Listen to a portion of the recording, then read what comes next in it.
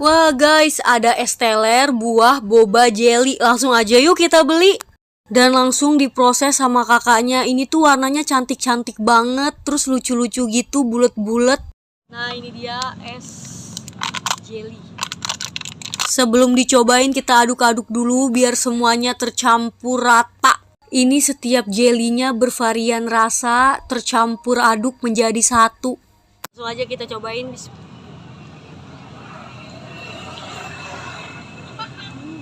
Untuk harga es teler buah boba jelly ini harganya 10.000 aja guys. Untuk rasanya tuh enak, susunya berasa banget dan kejunya nggak pelit. Ini aku nilai 10/10. Oh iya, next aku cobain apa lagi ya? Coba komen. Dan sampai di sini juga ya video kami.